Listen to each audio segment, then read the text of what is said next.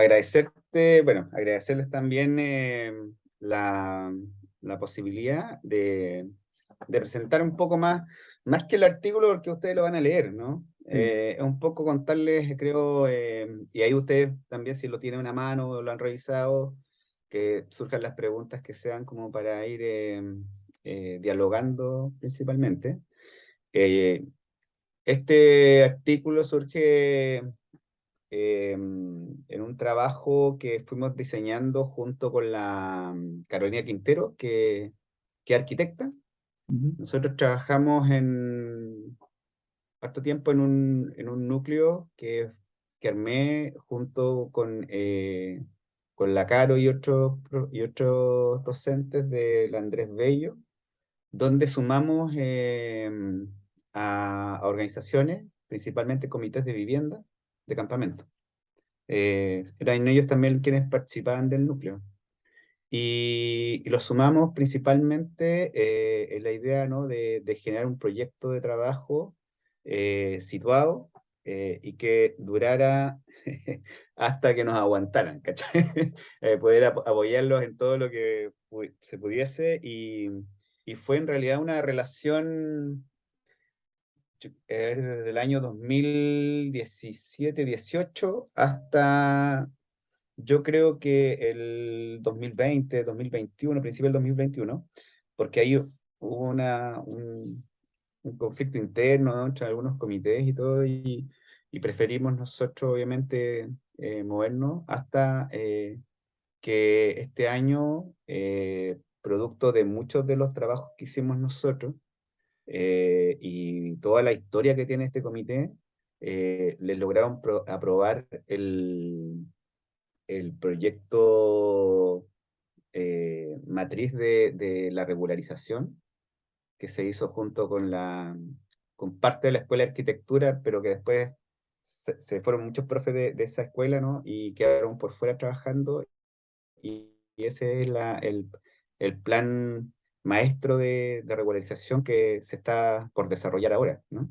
Entonces también ha sido un proceso bien interesante, logramos generar, por ejemplo, un, un censo territorial. Censamos cerca de 800 hogares de este campamento. Y un poco para contextualizarle y mostrarle dónde queda, ¿ya? Eh, Vamos a viajar. ¿Se ve, no es cierto? Sí, sí se ve. Sí, ya, ya. Ahí está Viña del Mar, el paraíso, Viña. Y este es el Camiroaga, que está aquí en este polígono, ¿ya? Em, Este territorio está en forestal alto. Es un espacio que se empezó un poco en el artículo lo comentamos, ¿no? En el año 2011, justo el fin de semana largo posterior a la muerte de Felipe Camiroaga en el accidente aéreo. Eh, y por eso, bueno, ahí está el nombre, ¿no? Porque era quien...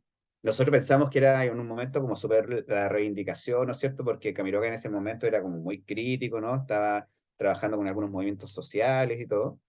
Y la verdad, cuando empezamos a entrevistar, a conversar ahí, y no, era porque el grupo de mujeres que se tomó primero el terreno, eh, que eran 12 familias, 10 de ellas con jefatura femenina, eh, era el loquillo que las acompañaba en las mañanas. Entonces, principalmente fue más por una idea reivindicativa, era porque lo querían mucho. Entonces, y, y este campamento, a ver, déjenme buscar acá, si es que lo encuentro. Tiene como varias como características. Por ejemplo, si nosotros vamos, eh, esta es el primer, la primera carpa donde se pusieron, ¿sí? Acá. Y, y ahí fueron sumándose las otras carpitas. Y si ustedes se dan cuenta, era como bien claro la medida, ¿no?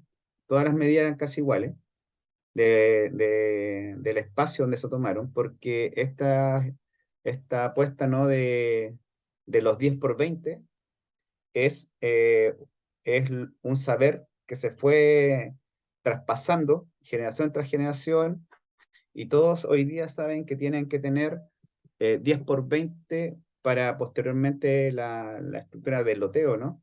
Y además de 8 metros en calle, ¿no?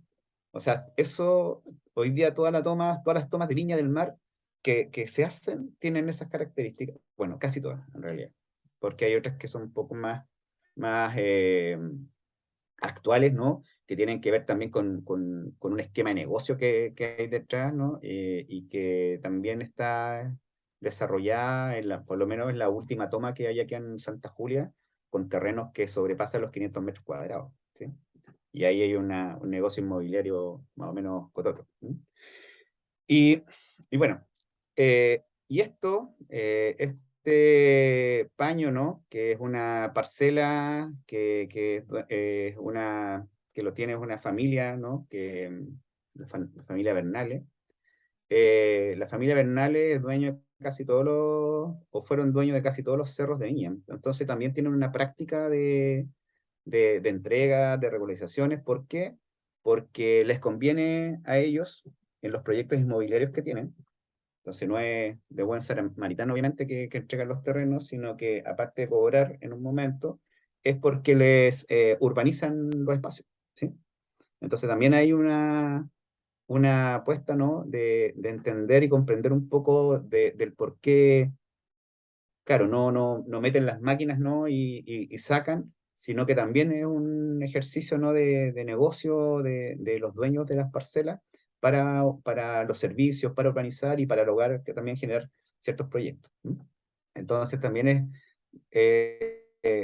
entrega también esa complejidad, ¿no? de las relaciones para esos espacios.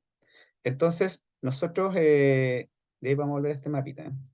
Eh, Nosotros con la Carolina, ¿no? Fuimos en un tiempo ya desarrollando una apuesta por ir eh, organizando toda la información que teníamos, porque empezamos a trabajar, como les comentaba, el 2017, y empezamos a aproximarnos en una forma asociada a las prácticas de intervención social de la Escuela de Trabajo Social de la Andrés Bello, y nos fuimos como instalando junto con estudiantes en ese territorio, porque los dirigentes y las dirigentes nos invitaron, ¿ya? Nosotros no íbamos a llegar porque sí nomás, sino que nos invitaron con la idea de hacer un proyecto, como les comentaba anteriormente, que durara años, ¿sí? Y, y en eso, ¿no? Se fue configurando esta relación principalmente por una solicitud de ellos, ¿no? Que es, no, o sea, obviamente lo que nosotros hablamos inicialmente, siempre como los trabajadores sociales como más vinculados a los 90 80, ¿no? Del siglo pasado, era como esta idea de que los dirigentes siempre uno le proponía la típica capacitación para formular proyectos, para evaluar, ¿no es cierto?, para revisar cuestiones como más de sustentabilidad. Y ellos llegaron y dijeron, no, nuestro primer proyecto es que queremos que nos capaciten para enfrentar a los medios de comunicación. Esa fue como la primera entrada, ¿sí? ¿Por qué? Porque era un campamento o una organización que sabía lo que tenía que hacer en términos de visibilización, ¿sí? Es uno de los campamentos más mediáticos, ¿no? Podríamos llamar de los últimos 40 años, ¿no? Porque lo asumieron como tal porque tenían que, ellos decían, ¿no? Meter bulla y mostrarse tal cual eran, porque querían romper como los estigmas también de las tomas de terreno, ¿no? Y, y es por eso que, como decía en el artículo, en un punto, ¿no? Del acto reivindicatorio, ¿no? Fue tomarse el piscinazo del Festival de Viña, ¿no? Entonces, que fue como el ícono, ¿no? de este campamento, ¿no? Entonces, y desde ahí nosotros empezamos a trabajar, ¿no? En esta apuesta también de pensar en cómo se llega, ¿no?, a esta práctica de la toma hoy, cómo también son tomas también muy características en Viña del Mar, por lo menos, que son de grandes cantidades de personas. O sea, imagínense que hoy día Camiroaga tiene 900 familias, 900, 500, 950. Manuel Busto llegó a tener 1200, ¿sí? Eh, y, y después, post estallido, eh, las tomas son de 300 personas, o sea, 300 familias aproximadamente. Entonces también tiene una dinámica bien colectivizada, ¿no? Hoy, también trabajamos en otra que es Esperanza 2011, y ellos llegaron, ¿no? Eran 100 familias, y esas 100 familias decían que no se iba a mover ese número de la toma, ¿sí? Y hoy día siguen, después de 12 años, siguen siendo 100 familias, ¿sí? Em, y, y hay distintas prácticas, ¿no? Y esta apuesta, ¿no?, tiene que ver con que en el artículo ustedes van a ver cómo esta contextualización principalmente asociada, ¿no?, a cómo se va generando una política de la vivienda y una política urbana, ¿no?, desde esta configuración ideológica eh, que se instala, ¿no? Bueno, lo conocemos como neoliberalismo, pero también como van configurándose aparatos ideológicos de Estado, ¿no? En términos de los municipios, ¿no es cierto?, todos los dispositivos, entre ellas también ONGs que, más que tensionar el modelo, ¿no?, van preparando a la gente para ese orden, ¿no? Eh, las EGIs que se fueron formando, ¿no es cierto? Y también distintos agentes que entraron dentro de esos aparatos para articular.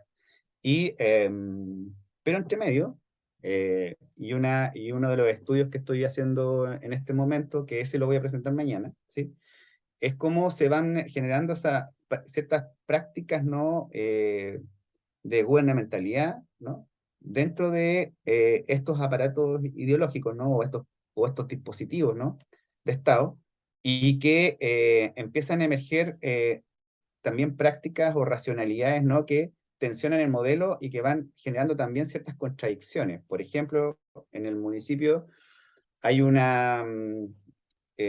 sé, un departamento territorial y de agencia habitacional que, que en cierta forma, claro, su idea no era promover las tomas de terreno, pero en cierta forma sí. ¿Mm? Porque, porque asumían, ¿no?, que una de las lógicas, por ejemplo, de las tomas son los anillos familiares, ¿no?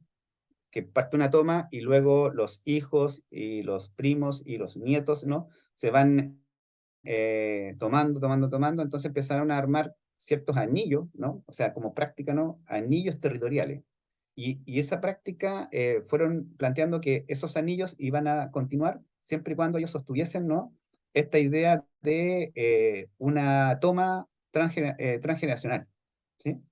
Entonces van mostrando, ¿no?, una forma, ¿no?, de cómo se puede ir tomando los territorios.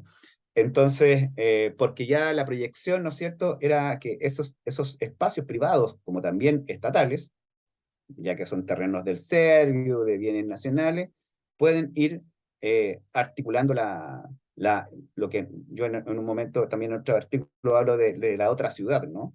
Porque ahí también está el punto, ¿no?, de, como decía, y es como un capítulo, ¿no?, de ese artículo, es como Viña Ciudad Bella, Viña Ciudad Brecha, ¿no? Que un dirigente lo planteaba en un momento, ¿no? Que es sumamente interesante, ¿eh?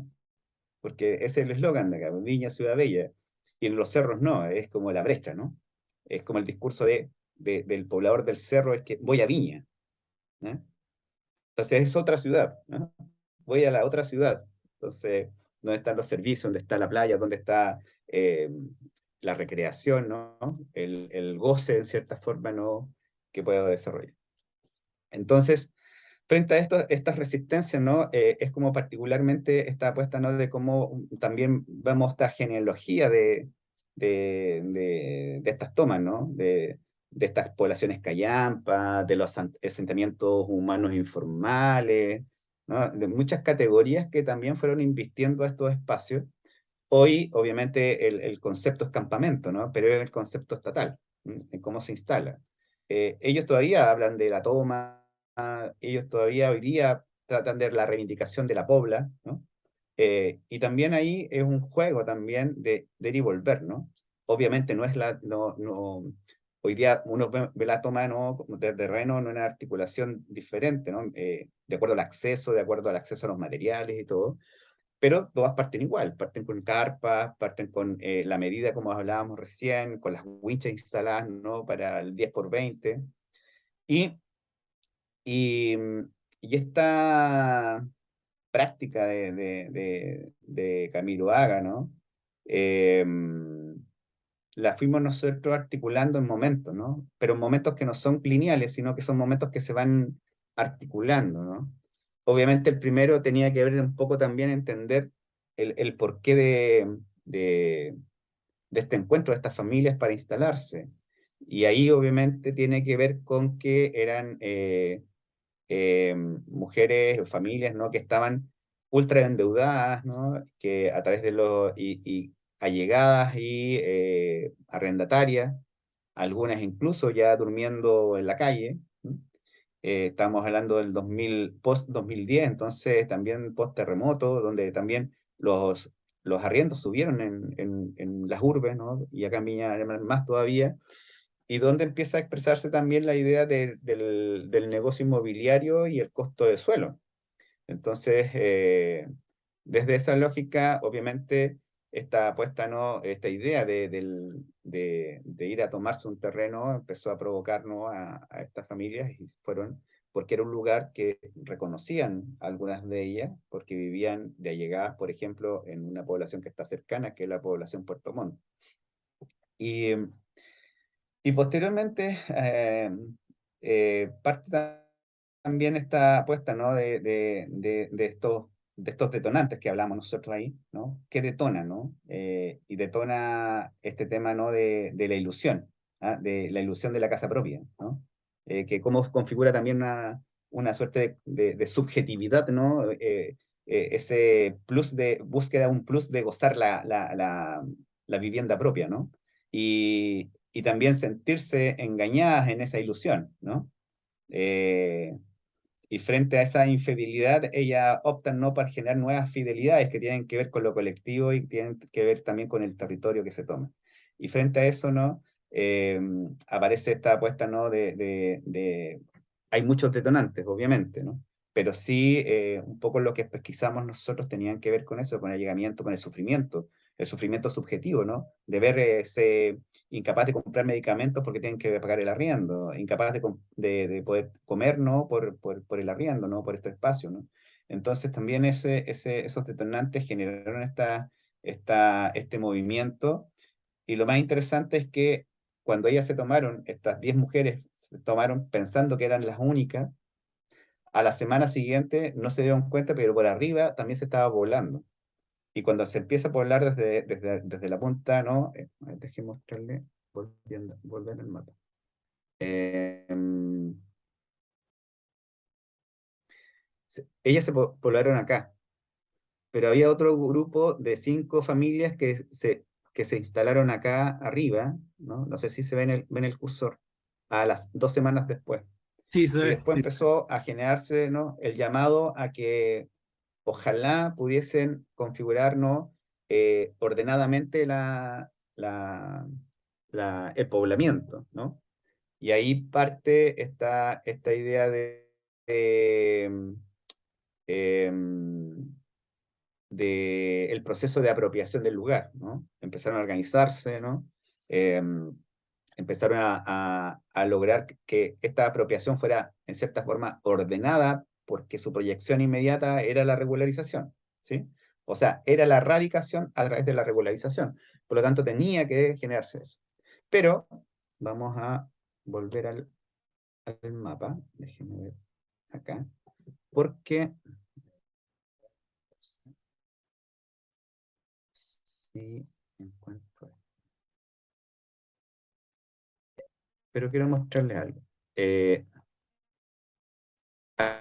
este territorio tenía un solo camino, que es este camino que yo voy moviendo acá, ¿no? lo tenía por acá, pero después lo busco. Este camino era el único que estaba. Entonces, eh, ellos siguieron la lógica de la ribera de río, ¿no? Que la ribera de río, ¿no? Fueron como fueron poblándose también en muchas ciudades. Ellos siguieron como la idea también de, pero también como en cierta forma de sentido común, decían ellos. O sea, nos instalamos acá porque era pasar a la calle, ¿no? Y la proyección nuestra es que pasara por acá el camión de la basura, pasaran los bomberos, pasaran todo. Entonces teníamos que regular que esa medida de los 8 metros se pudiese mantener con todas las familias que se fueran sumando. Entonces fueron regulando todas las familias que fueron llegando. Entonces le iban instalando ordenadamente, y se ven ustedes, claro, aquí hay una quebrada, pero esto sigue, y toda, por acá, todo el camino fue poblándose, ¿sí? Pero fue poblándose no tan solo en la lógica de tener ahí el espacio de las casas, sino que también cada espacio, cada territorio, y vamos a ver si, déjenme ver, por ejemplo, este que está acá, que le acabo, que marqué acá, que es el de Halcones, se llama Halcones de Chicureo, ¿no? Ese así se llama el comité. Eh, Déjenme Por ver si Camiroaga, está en la Plaza del... por Sí, por Camiroaga, ¿cierto? supuesto. Ya. ¿Ah? Ahora Sí, caché, todo po. el rato. Exacto, exacto. Halcones de A ver, espérate, ahí está. Este es un territorio, ¿no? Y ese es el Comité de Halcones de Chicureo, por ejemplo. ¿Sí? Entonces, pero también hay otros, como por ejemplo Isla Juan Fernández, ¿ah? Que está acá arriba, a donde fue el accidente. Es como loco, pero así, por ejemplo, en todas las sedes tienen su acto reivindicativo. ¿Se acuerdan que le mostré una foto con la toalla de Camiroaga? Bueno, en cada una de las sedes, porque también su proyección era que todos los comités tuviesen sedes que se fueran formando, es que en cada uno está la fotografía de Camiroaga, ¿sí? Como tiene que ser. ¿Ah? El patrono casi, ¿no? Y, pero así también se fueron organizando, ¿no? ¿Por qué? Porque el nivel de poblamiento era generar comités, ¿no es cierto?, articuladores, que no sobrepasaran, por ejemplo, las 200 familias por comité. ¿Mm? ¿Por qué? Porque también era el tema de cómo ellos también iban configurando cierta soberanía local, como una soberanía popular, ¿no? Y entre ellos, bueno, pues podemos conversar, ¿no?, algunas cosas que surgieron, ¿no?, de este espacio en este tema de la apropiación. Es como ellos también fueron generando esta soberanía interna, ¿no? Por eso lo hacen como un caso emblemático para otros territorios acá en Viña del Mar y en Valparaíso incluso, de cómo fueron generando, por ejemplo, el enfrentamiento al narcotráfico, por ejemplo, internamente, ¿sí? Volvemos a la presentación. Y el otro punto, ¿no? Tercer momento, tiene que ver con este proceso también que está asociado, que es la autogestión y la visibilización. ¿Ah? Y esta visibilización tenía que ver con esta solicitud, ¿no? Con esta interpelación a las universidades. Creo que eso también fue importantísimo, ¿no? Y para nosotros clave para entender un poco el proceso, cómo teníamos que nosotros ir también, porque era un poco lo que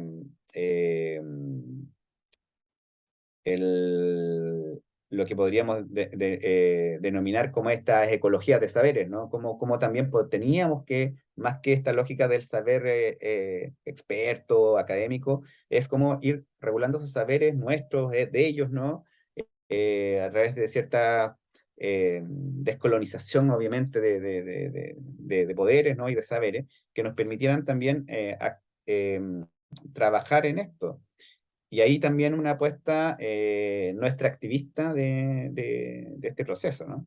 De hecho, nosotros, este artículo, por ejemplo, se lo mandamos a los dirigentes en su momento también, ¿sí? Para que lo revisaran, lo chequearan, ¿no? Y nos dijeron, no, ¿sabes qué? Esto no se entiende. Así como, ya, ahí lo fuimos arreglando también. De hecho, hay un artículo ahí que está dando vuelta y que lo estamos escribiendo con una dirigente, por ejemplo, la Jessica Ortega. Entonces también hay un punto importante de cómo ir trabajando también esos procesos de democratización. Y además también estas estrategias y tácticas por la defensa de la radicación tiene que ver con ese ejercicio que hicieron también de interpelarnos, ¿no? De plantearnos que le interesaba obviamente que estuviese la Escuela de Trabajo Social, pero también le interesaba en el vínculo, ¿no es cierto?, con otros dispositivos. Entramos con la Escuela de Arquitectura, de Derecho también en un momento, eh, por el plan regulador, obviamente, pero a la vez también estas estrategias tácticas también ellos son muy hábiles, ¿ah? En ese saber, ¿no? Eh, político. Y nosotros íbamos, obviamente, con los estudiantes y nosotros callados y escuchando, ¿no? Pero tenían que ver también con tácticas internas, así como tácticas como ellos sabían que si sobrecargaban, por ejemplo, las casas con temas eléctricos y le iba a explotar, ¿cachai? El, de dónde estaban sacando la electricidad, ¿cómo se llama? El panel, ¿no? Entonces andaban dirigentes con una maquinita midiendo por fuera de las casas y no desconocía ese aparato, ¿no? Pero podían andar por fuera midiendo el uso eléctrico, ¿sí? Y iban tomando nota de todas las casas y sabían cuando una persona estaba usando un secador de pelo, sabía cuando estaban usando un hervidor eléctrico, entonces iban, golpeaban la puerta y por un tema de normativa interna le quitaban las cosas, ¿sí? Pasa el secador de pelo, pásame el calentador de agua, ¿no? Y se lo retenían, ¿no? Por un tiempo. ¿Por qué? Porque también había una apuesta, ¿no?, de soberanía interna dentro de eso. Eh, Otras tácticas que veíamos nosotros en ese proceso, déjenme revisar bien también. Eh,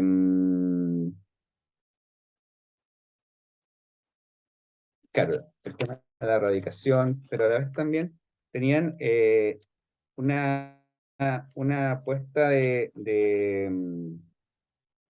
cómo también siempre intentaron erradicarlo, ¿sí? Ofreciéndole proyectos habitacionales por otros lados. Un grupo de personas, de cerca de 200 familias, se fue del campamento en un momento y ellos tenían todo también una estrategia de aceptar familias. O sea, primero no aceptaban familias que no vivieran en el espacio, ¿no? O sea, no hay ninguna, tenían un porcentaje de familias en un momento que eran de Santiago, pero se radicaban en Viña del Mar, ¿no? Pero no permitían que tuvieran una segunda vivienda, por ejemplo, ¿sí? Uno de los temas complejos para ellos, por ejemplo, fue reconocer que con el censo que hicimos nosotros, tenían cerca de un 10% de familias que ya habían accedido al subsidio habitacional. Por lo tanto, su radicación iba a ser más compleja, ¿sí? ¿Por qué? Porque no podían acceder a ningún tipo de subsidio. Entonces empezamos a trabajar eso y creo que es un tema como transformador quizás que logramos hacer entender, por ejemplo, el Minbu en un momento, en que eran mujeres, por ejemplo, que obviamente que estaban casadas con sociedad conyugal y que tenían el subsidio habitacional, pero la pareja lo tenía y ellas arrancaron por el tema de violencia, ¿no? Y se fueron a vivir al campamento por temas de violencia. Entonces, también hay un punto importante de hacer un gallito, ¿no?, en esos puntos con una política pública que está centrada en lógicas hiperclásicas, ¿no es cierto?, y conservadoras frente a las dinámicas familiares. ¿M? Entonces, esas estrategias, esas tácticas, ¿no? Y fuimos aprendiendo también, como les comentaba, o sea, cómo se tomaban las matrices de agua, cómo la articulaban, ¿no? Y claro, llegaban, comillas, los expertos, ¿no?, de las universidades, decían, pero ¿cómo hicieron esto? Impresionante las articulaciones que tenían, ¿sí? Cómo fueron organizando, ¿no? Cómo entendieron que, por ejemplo, hay un artículo dentro de los planes reguladores, ¿no?, que tiene que ver también con los temas de los espacios de riesgo, ¿sí? Entonces ellos intentaron de que ninguna familia se pusiese, ¿no?, en espacios de riesgo y todo, y lograron hasta que llegó otro comité y se instaló en un espacio de riesgo, ¿no? Que son 15 familias, ¿no? Entonces también era también hay, obviamente que hay, no es no es el paraíso perdido, Camilo, para nada, ¿no? Hay una cantidad de conflictos internos, obviamente, tremendo, y que han tratado de regularlos, obviamente, y aprendiendo a vivir con el conflicto, ¿no? Como les decía, una de las tácticas, ¿no? Obviamente que ellos se resguardan sobre el tema del narcotráfico duro, ¿no? Y lo que hacían algunos comités eran organizar desmontas de casas, ¿no? Entonces, cachaban que había microtráfico de pasta base en una casa, se organizaban, tenían una reunión extraordinaria, juntaban 30 personas y se iban en la noche a desarmar la casa. Le avisan a los pagos, ¿no? Y se iban. Y desarmaban la casa y chao con la familia, ¿no? Que estaba ahí. ¿Ah? Súper arriesgado. Era, nosotros decíamos, pero ¿cómo lo hace? Qué impresionante, como, ese nivel, ¿no? De, Control de comunitario. valentía frente a eso. El control Claro, comunitario. exacto. Sí, totalmente. O sea, una soberanía interna, ¿no? Nosotros a eso ya le veíamos, porque ellos hablaban como de ser soberanos dentro de su territorio. Y ahí está, o sea, también como también generáis esas tensiones políticas internas, ¿no? Y cómo eh, y, por ejemplo, yo les preguntaba en un momento y ahí entendí porque uno de los dirigentes tenía una historia y unas trabajadoras sociales del municipio en un momento habían planteado ciertas, en los 90 fines de los 90 principios del 2000, como la idea de que las tomas un marco normativo interno, sí, propio. Y precisamente el día martes entrevisté a esa trabajadora social, po, a la Silvana Colombo, y me mostraba los papeles así escritos a mano, maravilloso, ¿ah? Que es como ese proceso, como les decía, como arqueológico y genealógico, ¿no? De estar metido en los archivos del municipio, ¿no? Y Ese era el proceso cómo archivo que hiciste en ellas el plantean. municipio. Perdón, ese era Exacto, el en eso estoy. Ya, Sí, bueno. sí. Porque me abrieron las puertas del municipio hoy día, ¿no? Y estoy ahí en una oficinita pequeña que me tienen, ¿no? Y ahí me llevan los archivos de los comités, ¿no? De ese entonces, de los 90, estoy desde los 90 en adelante. Entonces, justamente este martes entrevisté a la Silvana y claro, y ahí comentaba un poco las tensiones que también ellos vivían, ¿no? Estas prácticas gubernamentales, de cómo ir aportando, pero también generando cierta idea de gobernar los territorios, pero entendiendo eh, que, que era pura tensión, ¿no? Pura conflictividad, ¿no? Pura contradicción. Y ahí se movían, ¿no? Ahí se articulaban. Entonces, nosotros con la Carolina fuimos armando esto, ¿no? Este artículo, e íbamos, ¿no? Tanteando con los otros profes, ¿no? Y también si ustedes ven ahí, también están citadas tesis de estudiantes nuestras, porque, por ejemplo, hay una tesis que hicieron un grupo de estudiantes que trabajó los imaginarios, ¿sí? eh, de, sobre las tomas, imaginarios de profesionales que están en orgánicas, ¿no? Eh, sobre los campamentos. Entrevistaron profesionales de los municipios, del MIMBU, del Serviu, de EGIS, de inmobiliarias, ¿sí? Y es súper bueno el estudio porque fueron viendo cómo se articulaban estos imaginarios sociales de las tomas desde estas instituciones, ¿no? Desde estos agentes, ¿no? Y está citado ahí, está citado también otra tesis de la Paula Jarquera, de la Danay, de la Camila Lazo, que hoy día es Seremi de la mujer acá en Valpo, y ellas trabajaron cómo se fueron configurando las acciones colectivas de 4 tomas de terreno en Viña del Mar, por ejemplo. Entonces, también hay una también una conexión con estos saberes que fueron generando las estudiantes, ¿no? O sea, fue un proceso bien articulado que, que permitió, ¿no? Que, por ejemplo, esa tesis ganara como un concurso de tesis de grado aquí en la región, que, que las chicas también hayan generado artículos de ello, y este artículo principalmente nosotros queríamos, por lo menos yo le dije a la Carola, teníamos que presentarlo a otra revista de otra disciplina. Entonces lo mandamos a Cuadernos de Vivienda y Urbanismo de la Universidad Javeriana, creo que es, en Colombia, ¿sí? Entonces fue evaluado por otras disciplinas también, y eso también queríamos tener esa idea. Fue un parto, obviamente, porque las revisiones son una locura, ¿no? Pero sí, creo que un buen producto también desde otras lógicas, ¿no? Bien situado, ¿no? De un conocimiento con esto, cuando hablamos de conocimiento situado, bueno, creo yo que es un buen ejemplo, ¿no?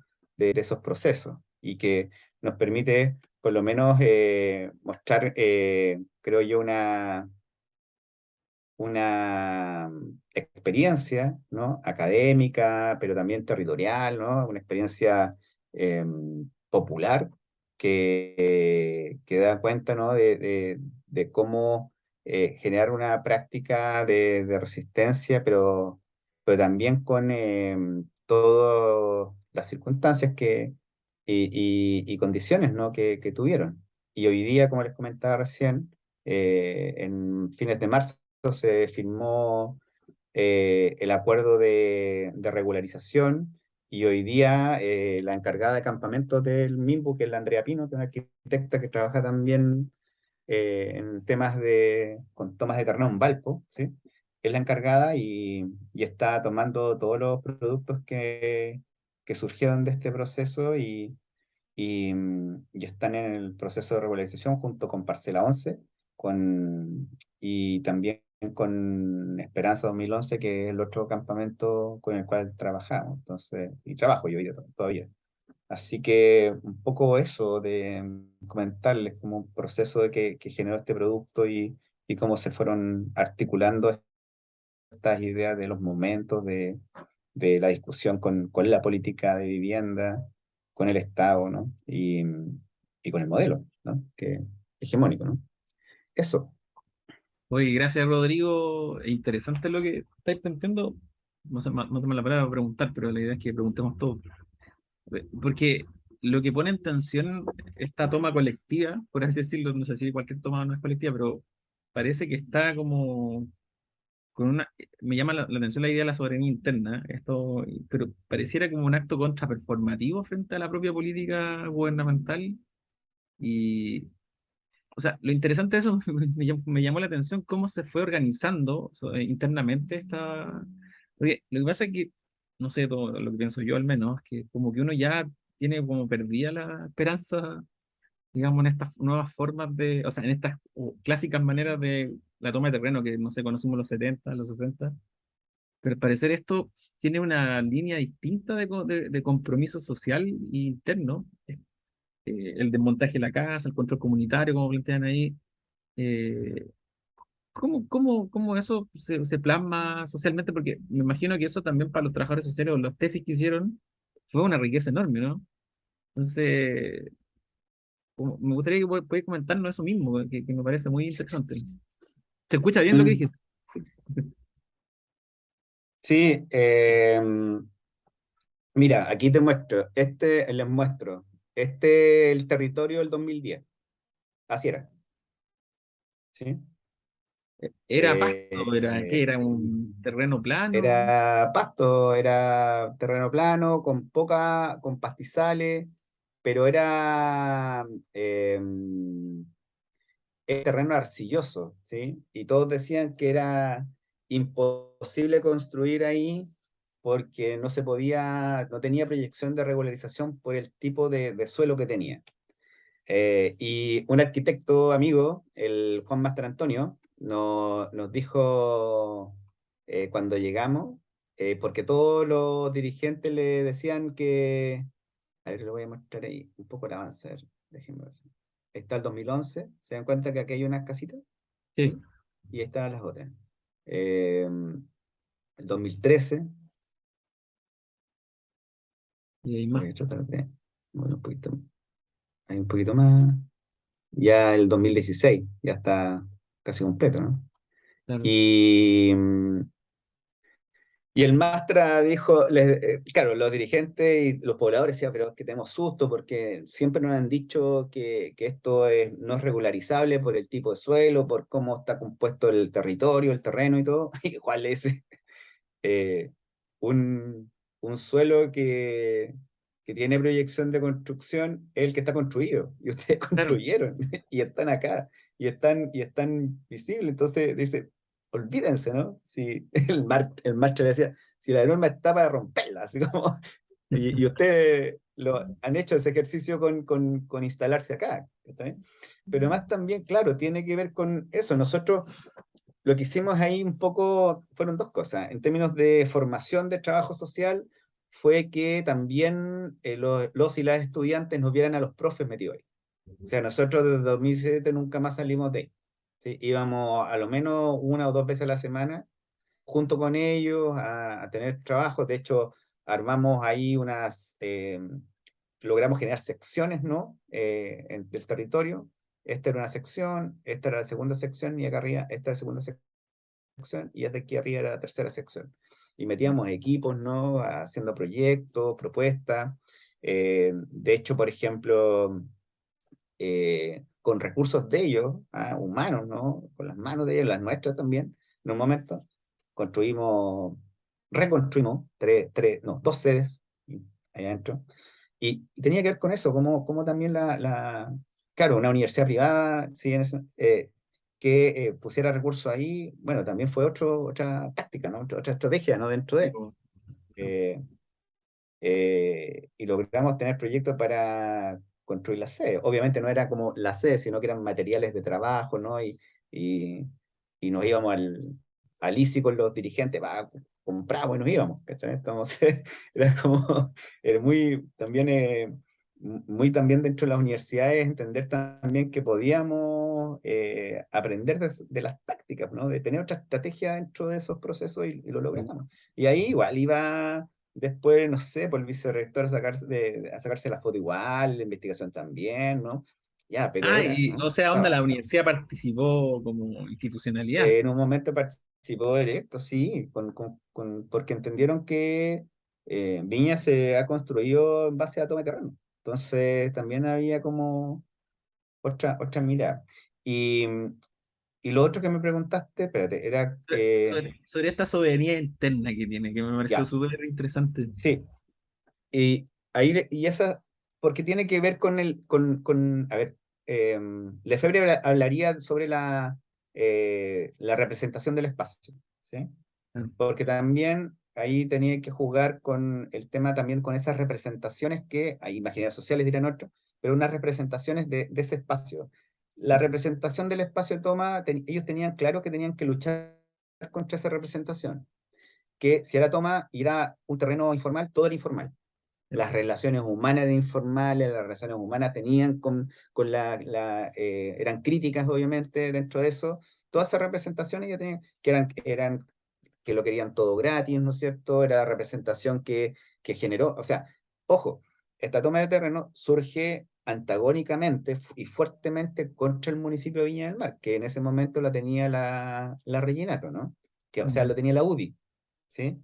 Y cuando empieza a instalarse la idea de, de que el municipio estaba en déficit económico, Reginato dice, es que nosotros hemos entregado muchas platas a las tomas de terreno. Y cuando supieron eso, los dirigentes ahí bajaron y se tomaron la municipalidad. ¿Sí? Ah, sí, se tomó. 300 personas se tomaron la municipalidad de Viña. Entonces también era una pugna. Mm. De hecho, este territorio, este terreno, acá, este espacio de acá, es municipal, y todo esto es privado, ¿sí? Un 30% del territorio era municipal y el 70%. Entonces, ¿qué hizo Reginato con sus equipos? Empezó a negociar con el espacio de propiedad municipal. Entonces trató de fragmentarlo, ¿sí? Mm. Y empezó a negociar con ellos, por ejemplo, la urbanización. Les puso luminaria, ¿sí? A ese 30%. El otro Y no. empezó a generar conflicto. Claro. Empezó a generar conflicto. Entonces, pero ahí se pusieron de acuerdo de nuevo, dijeron no. aprovecharon que nos pusieron luminaria y tiremos los cables, ya no desde acá abajo, porque desde acá abajo tiran los cables para arriba, sino que de este espacio del 30% tiremos los cables hacia acá. Entonces fue como como una columna vertebral eléctrica nueva que se empezó a instalar. Entonces, eh, de hecho, iba, no sé, pues, con AFE en ese momento, que era de CGE, que es la empresa eléctrica acá, en Viña del Mar, a negociar con los dirigentes porque están perdiendo 900 clientes, po, ¿cachai? Claro. Entonces decían, ok, pero ustedes nos pasan por debajo los palos, nada, cable, y nosotros los tiramos, ¿sí? Entonces, cuando aparecían los camiones de CGE arriba, llegaban los municipales y los detenían, por ejemplo, ¿no? ¿Por qué? Porque obviamente no podían conectar una toma de terreno. Entonces aprovechaban esas lógicas, ¿no? Entonces también tenían esos acuerdos, ¿no? de negociación, ¿no? Y ahí, internamente, este tema de soberanía también implicaba tomar decisiones sumamente claves, o sea, y tenía que ver con este tema, por ejemplo, del uso de servicios internos, ¿no? El uso de la, no sé, po, de la electricidad, del agua, no permitían que la gente lavara los autos, por ejemplo, dentro del campamento, el O uso un sea, por poco, esto, como por eso les comentaba recién. se prohibían los servidores. Eso es lo que me pareció muy por esto mismo. Exacto, porque si sobrecalentaban con dos hervidores, algo así, eran como dos hervidores, porque tenían esta señora tenía o sea, su hija, que estaba estudiando un técnico, le hacía un Excel con todos los datos que ella generaba con este instrumento de medición. Entonces iban tomando la medida, hacían la sumatoria y inmediatamente se están pasando, entonces iban a requisar las cuestiones y las entregaban, pues, y aparte tenían que pagar, no sé, como 2 lucas más en la reunión siguiente, ¿no? Por esto. Pero claro, como les comentaba, yo creo que una de las acciones más heavy eran este tema del desmonte de casa, ¿sí? Eh, y tenía que ver con eso. Y otra cosa que posteriormente sucedió también tuvo que ver con cómo se organizaron que otro artículo que nosotros hicimos, que fue con las ollas comunes de la región de Valparaíso, pero empezamos nosotros a trabajar con Camiroaga con el tema de las ollas comunes. ¿Ah? Y con este otro campamento que está acá, que es, espérense, déjenme ver, lo tengo acá. Ah, ahí. Déjenme ver. Esta, que está acá. Este es Esperanza 2011. ¿Por qué no fuimos a trabajar con ellos? Porque uno de los dirigentes fue a una reunión nuestra acá y dijo, "Ah, hagamos lo mismo", y nos invitó. Y ellos tenían una masandería popular. Entonces empezamos a articular que la masandería popular le vendiera a bajo costo pan a Camiroaga, por ejemplo, ¿sí? Lo que alcanzara, obviamente. Entonces empezamos a articular las ollas comunes con los centros de acopio, entonces también hay una dinámica y de hecho un poco que otro trabajo que estamos haciendo que tiene que ver también con la política de cuidado territorial, ¿sí?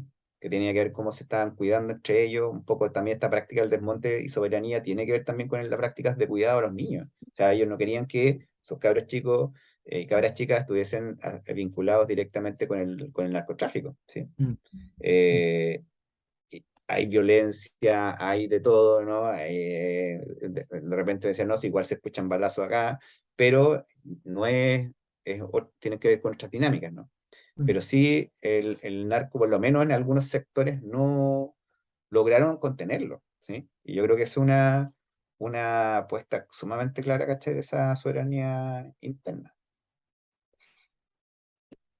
Oye, sí, súper buena práctica, po. Ujú. Oye, no sé si hay preguntas de los demás, ¿o no?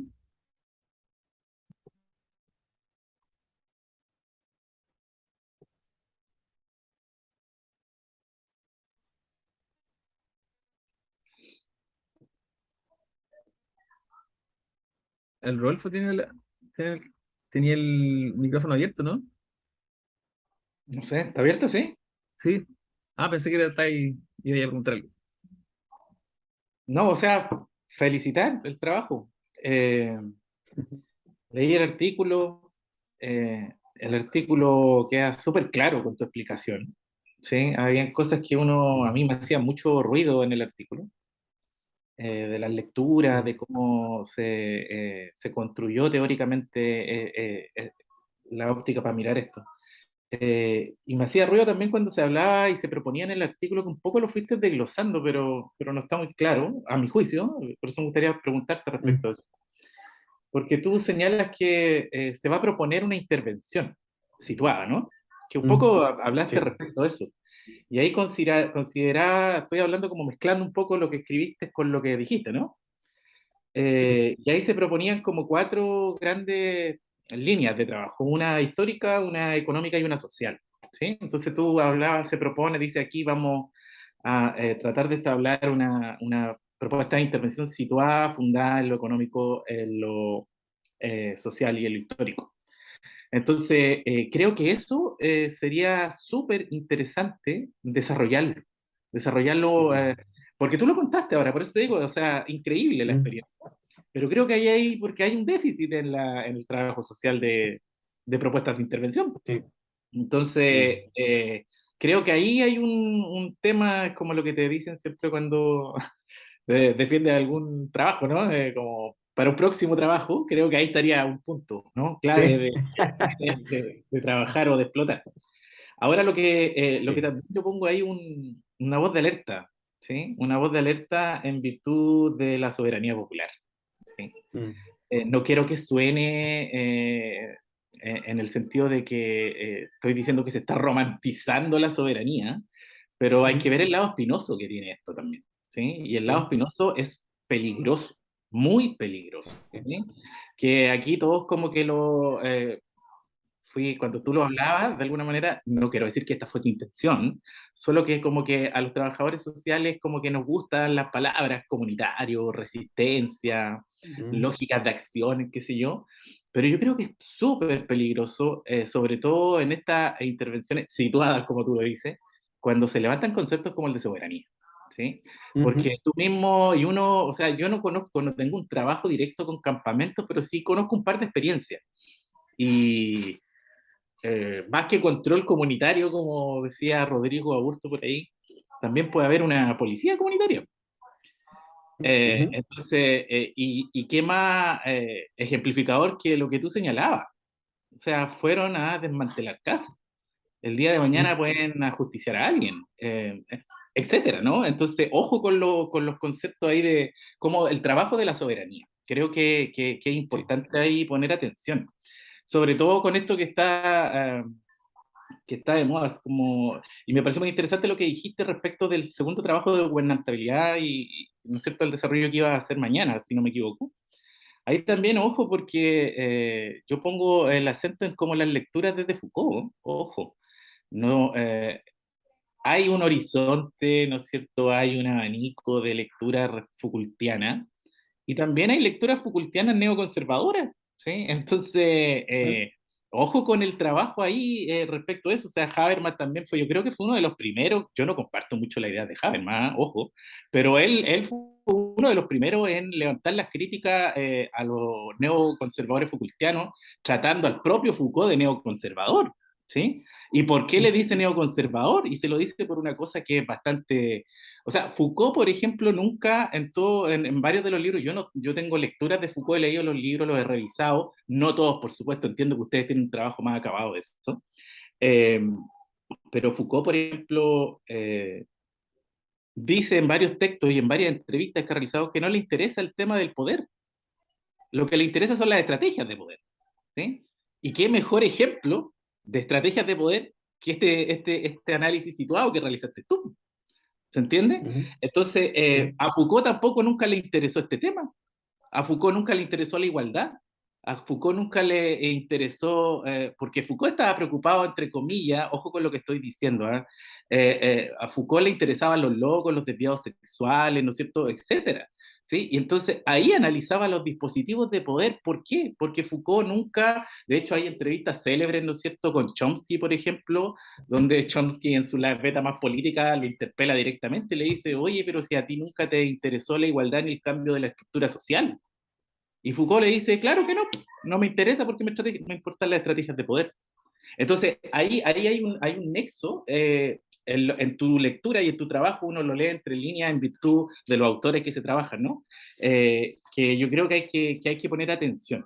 Hay que poner atención, a mí me interesa mucho, estoy releyendo a Foucault en virtud del trabajo que se viene, que ustedes están trabajando y que se va a abrir, entiendo. Entonces yo creo que ahí hay que poner los acentos también. Ahora mi pregunta es, y te lo pregunto desde tu experiencia, más allá de las lecturas, pero advertido de tu lectura en Foucault, ¿no es cierto? Y en Chatarji, eso sobre todo que me preocupa a mí, me interesa mucho porque yo lo he leído mucho por los temas de los estudios culturales. Y mi pregunta es, ¿tú crees que efectivamente esta experiencia comunitaria son experiencias de resistencia al modelo que tú describes? Lo pregunto en qué sentido. Lo pregunto en el sentido de que alguien neoconservador podría decir que lo que tenemos ahí es una experiencia de multitud, más que una experiencia Ujú, popular, más que una ujú. experiencia de resistencia. ¿Qué pasaría, qué va a pasar cuando estos pobladores eh, resuelvan su problema habitacional? ¿Se Ujú. irá a desintegrar el movimiento? Porque quizás están organizados en base a un fin concreto, puntual, que no tiene una lógica de resistencia al modelo económico, que más bien tendría que ver con una respuesta a una necesidad que lo afecte, que es consecuencia del modelo, estamos de acuerdo. Pero esas son mis preguntas, ¿sí? Así que yo creo que ahí hay que poner el ojo en las mediaciones entre las prácticas situadas que tú planteas.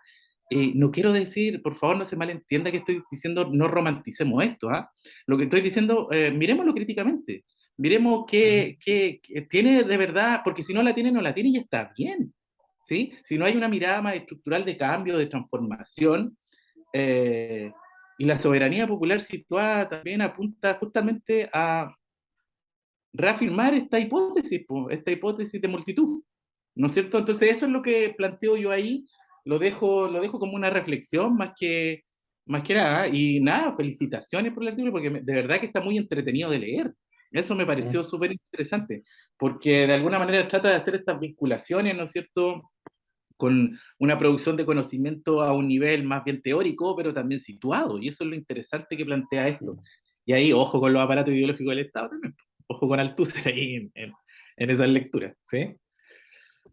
Sí, a ver, dos cosas. Una es que cuando yo le planteaba el tema de la soberanía, y lo comenté, ¿no? No es que nosotros instalamos el concepto, No, no, fueron claro. los dirigentes cuando dijeron, nosotros este acto de soberanía interna, dijeron, ¿sí? Y Ujú. nosotros decimos, ah, sí, es una soberanía popular, y lo desarrollamos como ese concepto, ¿no? No lo teorizamos para nada, ¿no? Y tampoco fuimos deductivos, ¿cachai? En la lógica de instalarlo, pero sí daba como cierto sentido, y da cierto sentido lo que dices tú, pero también ahí tiene que ver en cómo ellos, no sé, fue como este rollo como de, de protocolizar la acción, ¿cachai? Y es que como, si no está dentro del acuerdo colectivo, no se hace. O sea, el tema del desarme, por ejemplo, fue un acuerdo colectivo. Y en eso, claramente, como te decía, o sea, ahí adentro existe una cantidad de conflictos que nosotros ahí, si no nos pedían apoyo en algún tipo de acción, no nos metíamos nomás. ¿Cachai? Eh, y lo otro, eh, quiero también compartir con el tema Foucaultiano, y yo creo que también ese es el ejercicio nuestro con cualquier autor, ¿no? Que si no hace el acto crítico de análisis y de tomar en cierta forma aspectos que ese legado instala y que y tú generas también una interpretación crítica de eso, es reproducción, po, ¿cachai?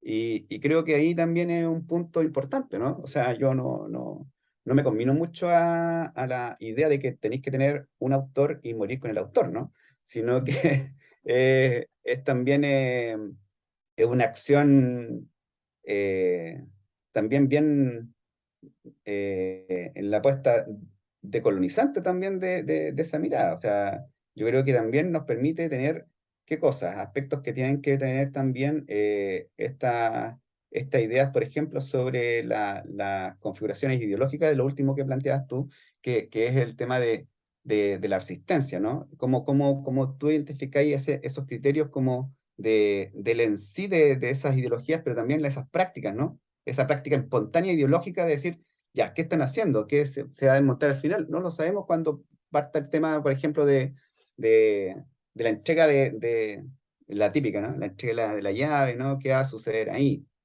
Eh, Va a ser un acontecimiento que no, en realidad no sabemos qué va a acontecer ahí. Pero sí creo que en el discurso interno, en la práctica discursiva, ¿no?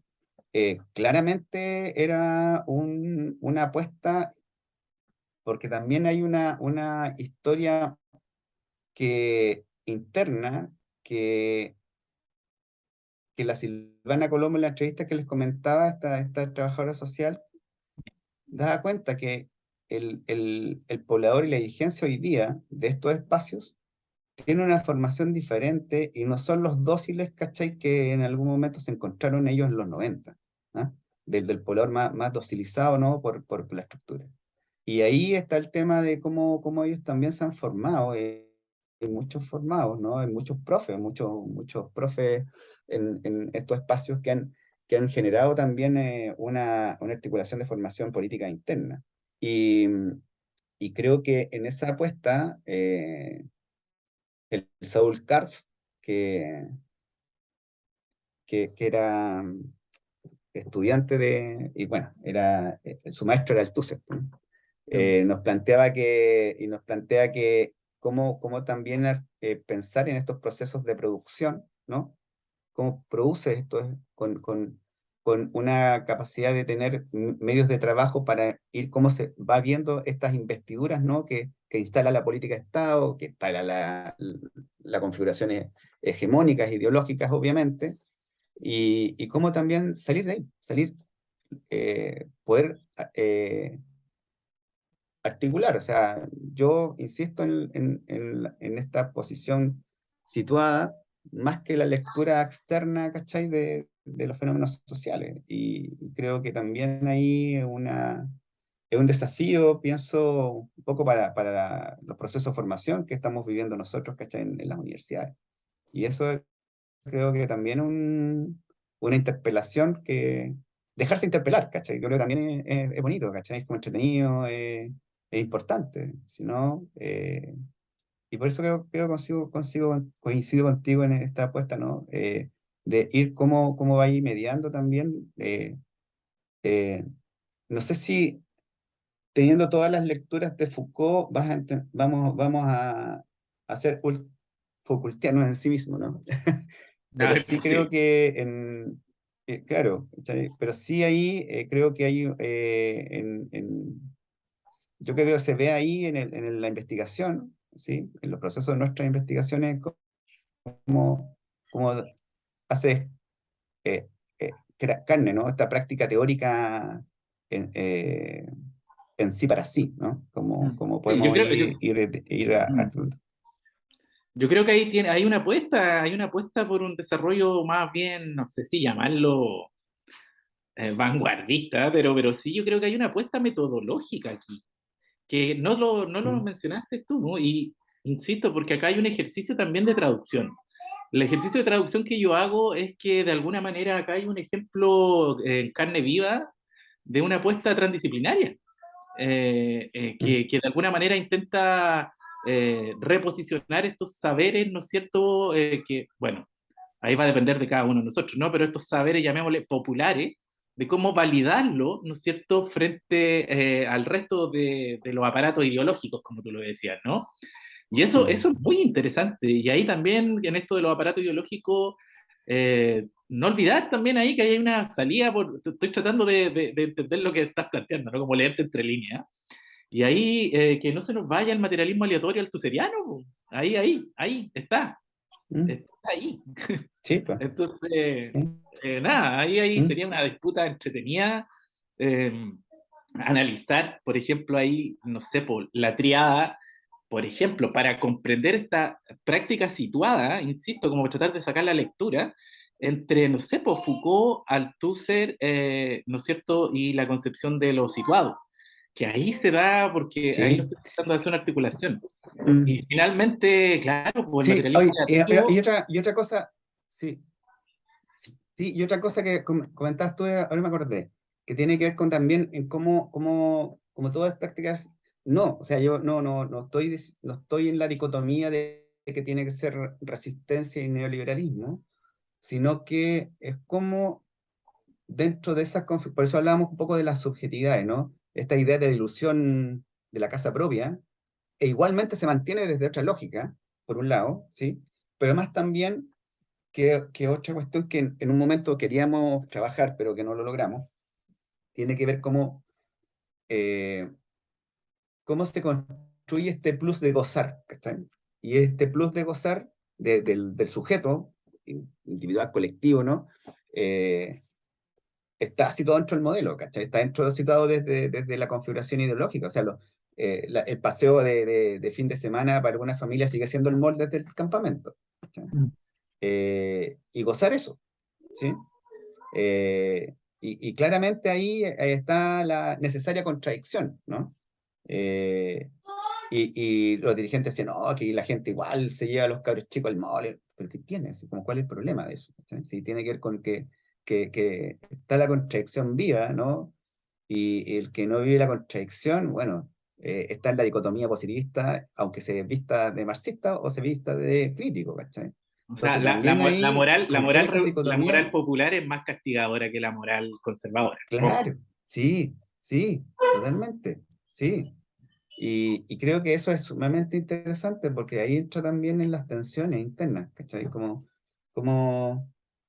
Y las nuestras también, pues, o sea, obviamente.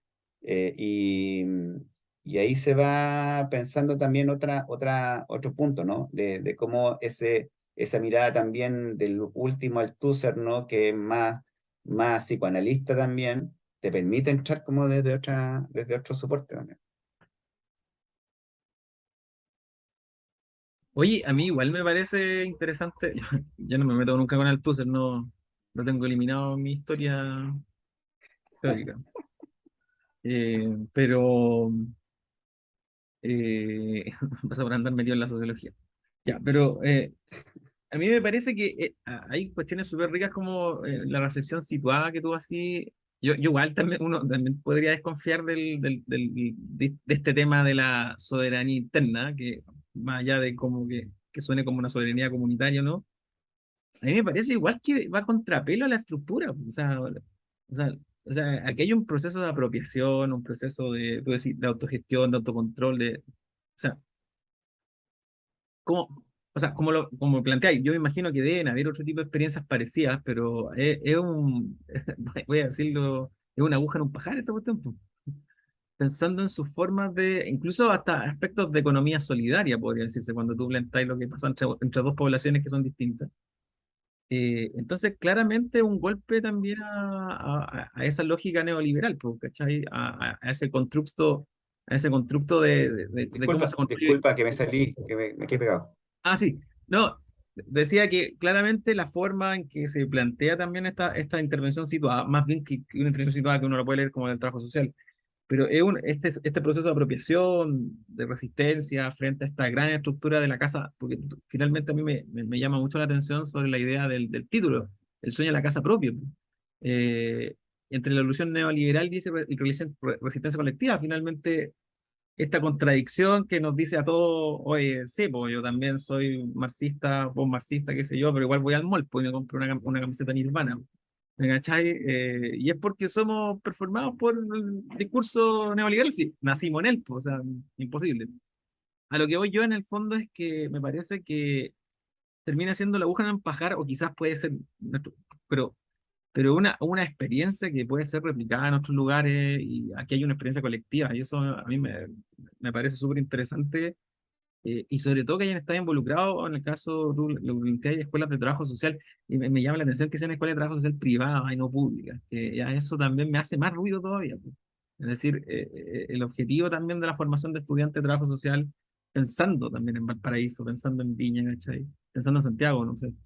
Y creo que eso le da una riqueza al trabajo. A mí, eso es lo que cuando lo leía, me acordaba siempre de una tesis de Arci, que no sé, a lo mejor Rodrigo y Rolfo se acuerdan, la cajita feliz, una tesis de sociología, que cómo la cajita feliz venía a representar todo esto. Pero finalmente acá estamos hablando de una casa, porque ¿cachai? Es un lugar donde vivir, un espacio que te tomaste, un espacio que recuperaste, ¿cachai? Es un lugar que no estaba, lo hice visible. Y de hecho, cuando yo me acuerdo lo que tú nombrabas ahora sobre la toma, o sea, se tomaron la municipalidad, fui a buscar la noticia ahora, pues, ¿cachai? Y está, pues, ¿cachai? Entonces ahí, eh, si bien yo no creo que en Foucault podáis encontrar toda la respuesta del mundo, pero sí hay una práctica de resistencia clara, pues, clara frente a a un aparato hegemónico, pongámoslo así, de como el gobierno local, pues, ¿cachai? Y que lo pone en cuestión y lo pone en jaque, y eso me parece interesante.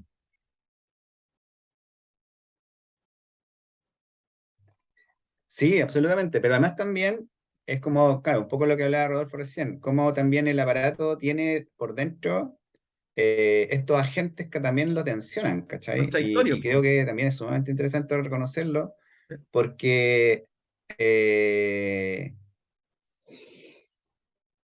en el propio gobierno de Reginato, en el propio gobierno de la UDI, ¿cachai? Habían propuestas de imagínate, el año 2014, 13, no sé si ustedes se acuerdan que salió la primera encuesta de las eh, eh, mejores ciudades para vivir en Chile, y donde Viña era la primera después Puerto Vara. Sí, Eso gatilló inmediatamente tomas de terreno a la semana siguiente, mira, ¿cachai? Pero no de acá, no internas, como sino que de Santiago, de afuera. de afuera. Y Mira, ahí empezaron a instalarse, hay como 3 tomas de terreno hoy día acá que son familias santiaguinas y que se instalaron en lugares, ¿no? También, porque hay distintas formas claro. de estructurar las tomas de terreno y también esa diversidad te permite tener así como, guau, como el objeto de estudio, ¿no? que es súper diverso, Claro. súper entretenido, ¿cachai? Y ahora, como les comentaba, estoy metido como en el municipio porque quería ya dejar un poco, seguir obviamente, porque estoy haciendo como la genealogía de los campamentos, pero también quiero ir a meterme allá, ¿qué está pasando internamente? O sea, la Claro. disputa interna, ¿no? La disputa entre desarrollo comunitario y SECPLAC es tremenda, ¿cachai? Entonces, esa cuestión de ir ahí al discurso de los profesionales también es sumamente interesante porque también hemos dejado de trabajar en investigaciones con las Dideco directamente, por ejemplo, Sí, ¿sí? sí, Y es un espacio tremendo de aprendizaje, de ir a conocer un poco también, desde la matriz, pero yo matriz es crítica obviamente, pero desde la matriz que uno, a donde puede estar, claro. ¿no? E ir a instalarse, ¿no es cierto?, esos espacios, porque te encontráis ahí la conexión también viva del protocolo, ¿no es cierto?, del mecanismo, de la orientación, ¿no es cierto?, central, con una realidad local heavy, ¿no? Y entonces también que en este caso, ¿no? Valparaíso, Viña, tienen 2 gobiernos locales hoy día, ¿no? Muy al alero de los territorios, y que permite también una entrada, ¿no? Para que nosotros nos vayamos a meter también a los municipios a investigar, o tratemos de promover, ¿cachai? Estudios dentro de los municipios, ¿cachai? Que también se ha Muy dejado como de lado por un tiempo. interesante eso. No sé si alguien tiene algún otro comentario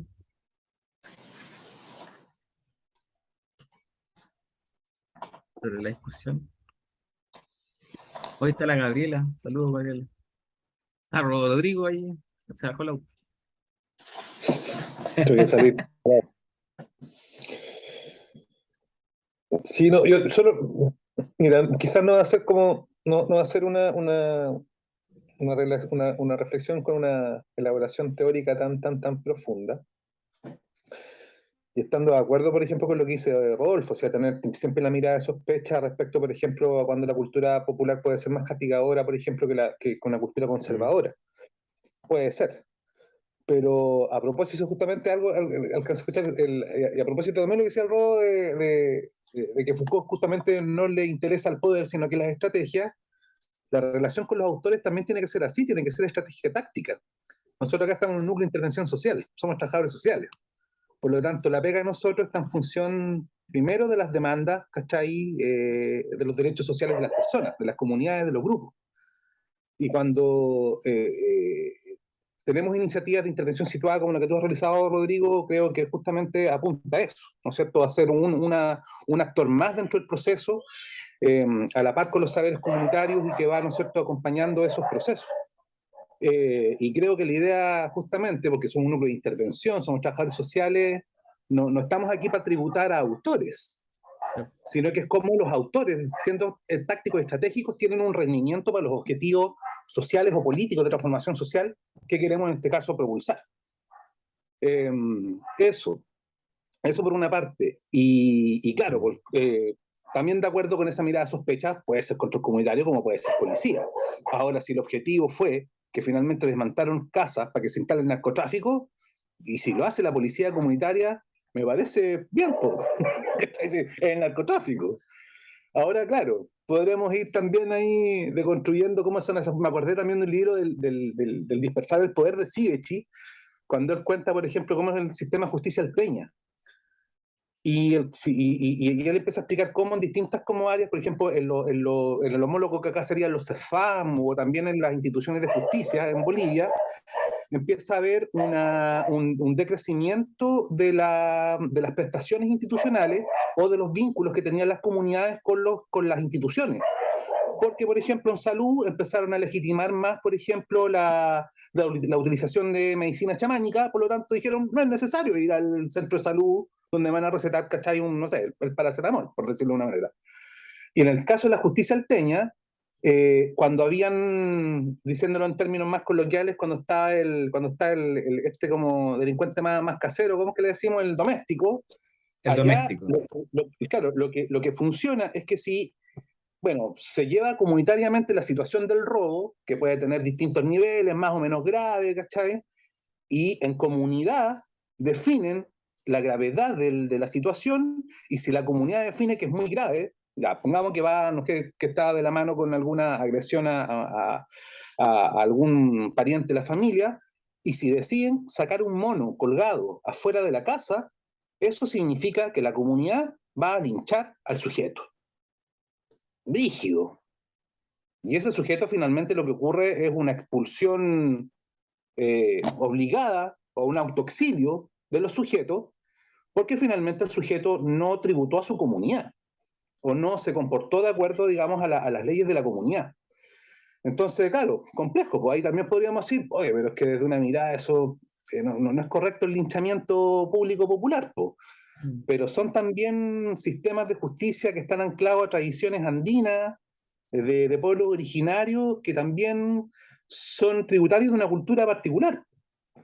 Entonces, si en una población la modalidad para poder, por este campo, hacer la guerra al narcotráfico es desmantelando casas a las 3 de la mañana, qué bien que sea ese un mecanismo de control o de policía comunitaria.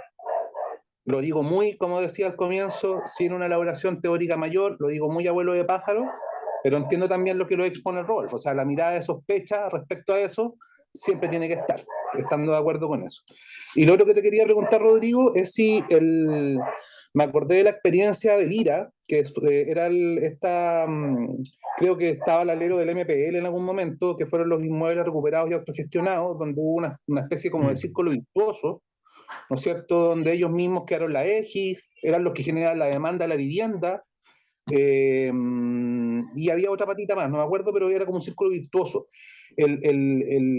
A propósito de ese círculo virtuoso, o del conocimiento de estas experiencias por parte de estos comités más nuevos, por decirlo de alguna manera, ¿hay alguna transferencia de esos saberes comunitarios a estos comités? Porque esa experiencia del IRA fue, en su momento, no sé cómo estará hoy día el devenir de esa experiencia, no sé cuál será la situación actual, pero en su momento, como se dice, le hicieron de oro. Generaron la demanda, tenían la X y era un círculo virtuoso completo. Entonces, no sé ahí cómo va eso, como una mirada. Mira, no más un poco más amplia con otros saberes dentro de lo mismo. Sí, sí, sí. Sí, ahí, por ejemplo, están, se mantiene, porque ¿se acuerdan que yo hablé de un arquitecto que es el Juan Mastrantonio, que es como ícono acá? Ellos están generando un trabajo colectivo en conjunto con algunos campamentos para armar una apuesta de autoconstrucción con los propios pobladores, ¿sí?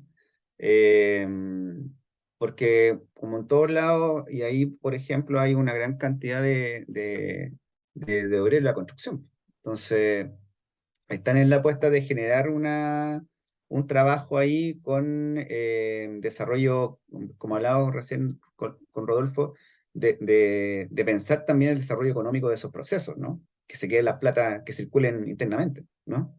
Y eso es súper interesante, que en la apuesta de proyección, ¿no? Eh, y, y lo otro es que también hay, no tenía idea, ¿no? Porque como toda la apuesta estatal, ¿no? En los gobiernos de Piñera y en el último Bachelet, fue el tema de la erradicación, entonces de la construcción fuera y empiezan a desempolvar programas de autoconstrucción que están instalados dentro del MIMBU y que están tomando cuerpo para generar un cambio de decreto para instalarlo en la apuesta en la lógica como estas inmobiliarias populares, ¿no? Y, y creo que puede ser una experiencia bien interesante porque están agarrando cerca de que me dijeron el día martes, 5 campamentos que son grandotes, estamos hablando de cerca de 10.000 familias, ¿cachai? No, perdón, de 5.000 familias, ¿sí?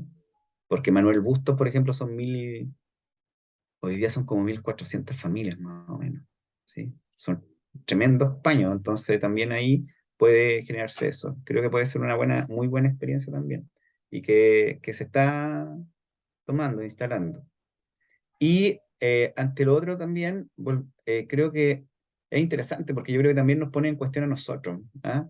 En esta idea de las policías, ¿no?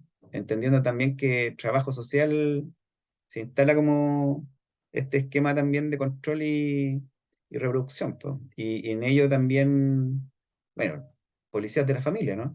Y, eh, y nos permite también un proceso, y creo que y también la interpelación académica, ¿no? Sí, también Sí, la academia se transforma en una policía eh, desde sus categorías deductivas principalmente, ¿cachai? Instalando en ello. Yo creo que también ese diálogo es rico en esa interpelación y que nos permite también entrar también en esta idea de las categorías emergentes, ¿cachai? Que un poco lo que estábamos desarrollando también en el doctorado, ¿no? En el eje de categoría emergente o de las emergencias, ¿no? De categoría y que nos permite también ir un poco a esa historia, ¿no? A esos procesos de cómo eh, hay o no resistencia a estas investiduras no instaladas desde las políticas públicas. Creo que puede ser como, o desde la academia, ¿no? Desde las lógicas ¿no? Más conservadoras. Entonces creo que nos permite un poco también ir entendiendo cómo pensar también, y creo que sería interesante las nociones de intervención social que están en juego en este espacio. ¿Cachai? O sea, yo esperaría que los programas, si se tiene, voy a decir una barbaridad, ¿eh? O tal vez no. Si se tiene a Carballeda como así es que está marcada a Carballeda pues, dentro de los programas, ¿cachai? Entonces yo creo que también es un punto interesante, ¿cachai? Cómo también nos jugamos a tensionar un poco las definiciones, ¿no? Pero también, no tan solo las definiciones, sino también la práctica teórica nuestra dentro de los procesos académicos. Creo que también es un desafío interesante. Estoy absolutamente de acuerdo con eso, sobre todo con Yo Carballeda. quiero cerrar eso, perdón por la interrupción, pero como para cerrar, estoy muy de acuerdo también, Rodrigo, con lo que dijiste. Y sabéis, sí, ya como hablando más en lo disciplinario, yo estoy, pero así como siento aberración por la incorporación o la instalación del pensamiento decolonial. No hay ni una mediación, no hay mediación en ese proceso. Yo digo, ¿qué pasa? O sea, bueno, de hecho en eso estoy, ¿sí? Estoy como trabajando eso, de hecho quiero hacer el proyecto ahora en el verano, que sé yo, para el postdoctorado. Pero es justamente eso. O sea, por qué adoptamos marcos de pensamiento teóricos, como por ejemplo el pensamiento decolonial, y no hacemos absolutamente ninguna mediación y ninguna traducción de aquello? Y ahí apunta lo que decía Rodrigo. Y el pensamiento decolonial, yo he leído mucho de eso, y sobre todo, y yo estuve en el Alto, en Bolivia, y te aseguro que ver colgado a la gente en los postes es terrible. Y ese tipo de prácticas se justifican en muchos trabajos decoloniales, justamente con la soberanía comunitaria, con la soberanía popular, con el conocimiento ancestral, con la visión metafísica. Entonces, ojo ahí, por eso es muy interesante. Bueno, pero eso da para hablar. Así que, bueno, eso. Para otra discusión. Oye, quiero agradecer al compañero Rodrigo por haber presentado hoy día y bacán. Oye, estuvo súper buena. Insisto que el texto está bueno para justamente para leerse como los talleres de intervención. Así que hay que decirle a la Nati que después lo coloque. Oye, disculpa, le quería hacer una pregunta. ¿Sí? Rodrigo, toda la presentación del mapa, esa maravilla, ¿es solo con las herramientas de Google Earth? ¿O ¿Sí? está ahí con un Pero el sistema Pro, informático? pero No, el Google Earth Pro. el Pro. Excelente. No lo Hice cachureaba tanto. un capítulo del libro que va a salir a este fin de año, con esta experiencia, enseñando a georreferenciar, ¿cachai? Como a generar, enseñar a hacer cartografía, porque no es tan Ya. solo la cartografía tradicional, sino que una cartografía al estilo de Les, así como esta idea, ¿no? Más de cómo vaya articulando los discursos, Ujú. ¿cachai? Deja ver si es que lo tengo acá, porque tengo dos programas, entonces déjame ver, porque tiene que ver con las trialécticas. Espérate. Por ejemplo, cómo tú vas, por ejemplo, tomando en este territorio discursos, ¿cachai? Como un poco lo que hablamos recién, ser soberanos, ser subordinados o ser antagonistas en los procesos. Entonces aquí yo los voy articulando con algunas entrevistas que salieron, ¿no? Y voy a ir poniendo. Entonces va a ir generando, y no sé, pues déjame ver si tengo todas las teorías eléctricas y van a ver como el mono final. Espérate. Pero el programa, o sea, opera en la misma lógica que un SIG, pero es menos complejo, Exacto. ¿no? Ya. Menos complejo, o sea, mucho menos complejo en realidad. Súper. Entonces, por ejemplo, Voy a que entrar a algo así, cachurear más, ¿cachai? aparte de viajar Que por el al mundo. final,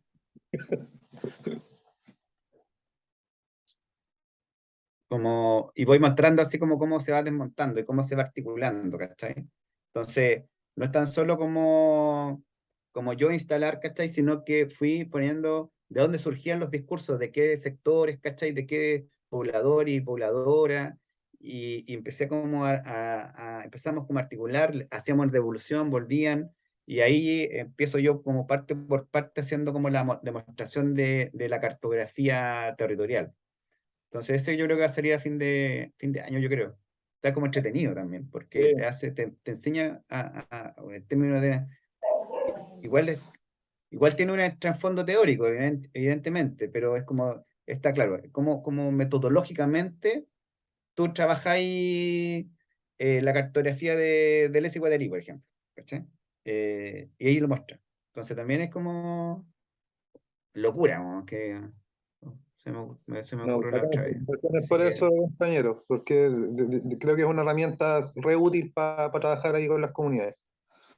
Le Sí, se pone lo un plus enseñaron a los chiquillos agregado al también en su momento y todo.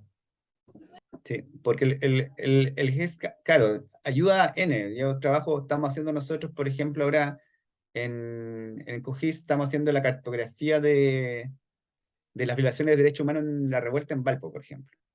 Y también es bacán, pero es súper complejo, po, ¿cachai? Y este es más fácil, más acceso, fácil, ¿cachai? Y todo. Entonces, pero ahí podríamos decirle al quien se maneja harto en QGIS, el Fuenzalía, pues. Se me podría mandar un Ah, curso Manuel Fuenzalía. Manuel Fuenzalía, sí, de QGIS para cartografiar, claro. ¿cachai? De hecho, él tenía una página, tiene o tenía una página web donde él armaba, ¿cómo se llama? Módulos de aprendizaje, de textos también, de como modelos de trabajo, podríamos decirlo una vez, un día, Sí. ¿cachai? Que se manda Bueno, un Manuel está en tallercito. el chat, pues de repente podríamos pedirle un tallercito. Sí, bueno. Buenísimo. Pero O sea, sí, según lo que- Google Earth Pro, ¿cachai? Te ayuda a N, ¿cachai? Porque tiene esa herramienta de los años, ¿cachai? Con fotografía, y tú puedes, en otras plataformas que son estatales, solicitar fotografías de otros años, ¿cachai? Y ahí tú los montáis. Por ejemplo, yo metí toda la base de datos de los campamentos nacional, el catastro campamento, lo metí al Google Earth y tengo todos los campamentos de Chile, por ejemplo, ¿cachai? Los metes, ¿cachai? Como ¿cómo se llama? Una capa, ¿cachai? Entonces empecé a trabajar con esas capas, ¿cachai? O intercapa y todo eso. Pero es súper entretenido. Oye, ya, nuevamente gracias, Rodrigo. Ya, Y gracias a todos y puta, la raja, perdón, la raja. Así que eso, y gracias a todos y nos vemos el próximo mes también nos con nueva. vemos. Y para que mañana, estemos ahí mañana. atentos. Mañana, mañana, Y mañana, mañana, no, po. mañana, sí, pues Mañana, mañana mañana. estamos con Alex, con Luis, no sé, Natalia no creo, pero a lo mejor iba a Yo mandar la presentación. Sí, tengo que armar la presentación para mañana. sí, Gracias, y Gabriela. Rodrigo y yo. Un abrazo, chao Gabriela Ya, también, Rodrigo, cuídense. Rodolfo, un abrazo. Chao. Chao, chiquito. Chao.